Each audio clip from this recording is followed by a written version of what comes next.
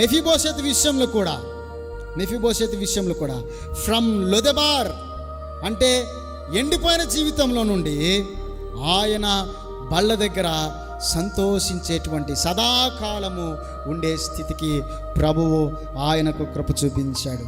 కాబట్టి నా జీవితంలో ఒకవేళ నిన్ను ఎవరూ చూడటం లేదని, నీ పట్ల ఎవరు కూడా కృప చూపించటం లేదని, ఎవరు కూడా నీ పట్ల ప్రేమ చూపించటం లేదని నువ్వు బాధపడతా ఉన్నావేమో, మెఫీబోషెతు లొదెబారులో విడిచిపెట్టలేదు దేవుడు.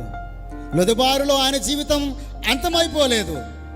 38 సంవత్సరాలుగా ఆయన జీవితము బాధపడుతున్నప్పటికీ ఆయన జీవితం అంతటా తాగిపోలేదు. కానీ ప్రభువారు ఆయన దగ్గరికి వచ్చాడు, ఆయన మీద కనికరపడ్డాడు.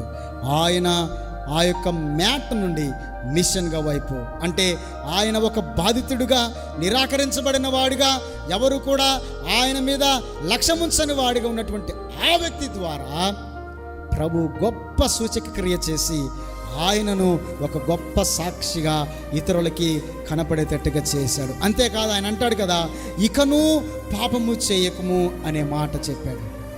ఒకవేళ ఇతను శారీరకంగా ఆయన బలహీనుడిగా ఉన్నాడు, అయితే మనము ఆత్మీయ స్థితిలో పడిపోయిన వారిగా ఉన్నాము. ఈయన 38 సంవత్సరాలుగా ఆయన అదే స్థితిలో ఉన్నాడు. మన జీవితంలో కూడా ఆధ్యాత్మిక స్థితిలో ఒకవేళ మనము పడిపోయి ఉన్నావేమో, దానికి కారణము పాపమే. మనం ఆధ్యాత్మికంగా ఎదగకపోవడానికి కారణము పాపమే.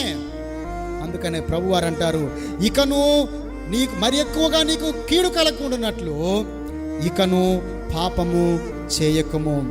ప్రభు బలిలో మనం సమీపించబోతూ ఉన్నాం కనుక మన జ్ఞాపకం చేసుకోవాలి. ఇకను ఎక్కువగా కీడు మన జీవితంలో జరగకుండా ఉండాలి అని అంటే మనము పాపము చేయకుండా, ఆధ్యాత్మిక స్థితిలో ఒకవేళ పడిపోయామేమో, ఇప్పటికైనా లేచి మనము నిలబడగలిగితే, ఆయన ప్రభువారు నువ్వు లేచి నీ పరుపెత్తుకొని నడవమని చెప్పినప్పుడు ఆయన వెంటనే ఆ మాటకు విధేయత చూపించి లేచి నడిచాడు.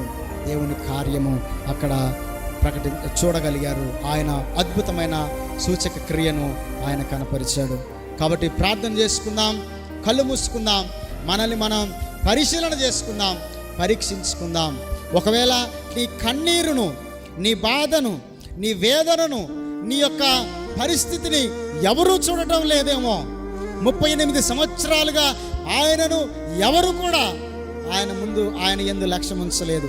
కరుణాగృహము దగ్గర ఉన్నాడు కానీ ఎవరూ కూడా కనికరించలేదు. అయితే కరుణగల యేసయ్య, కృపగలిగిన యేసయ్య ఆయన కన్నీటిని తుడిచాడు, ఆయనకున్న స్థితిని మార్చినాడు. కనుక జ్ఞాపకం చేసుకుందాం.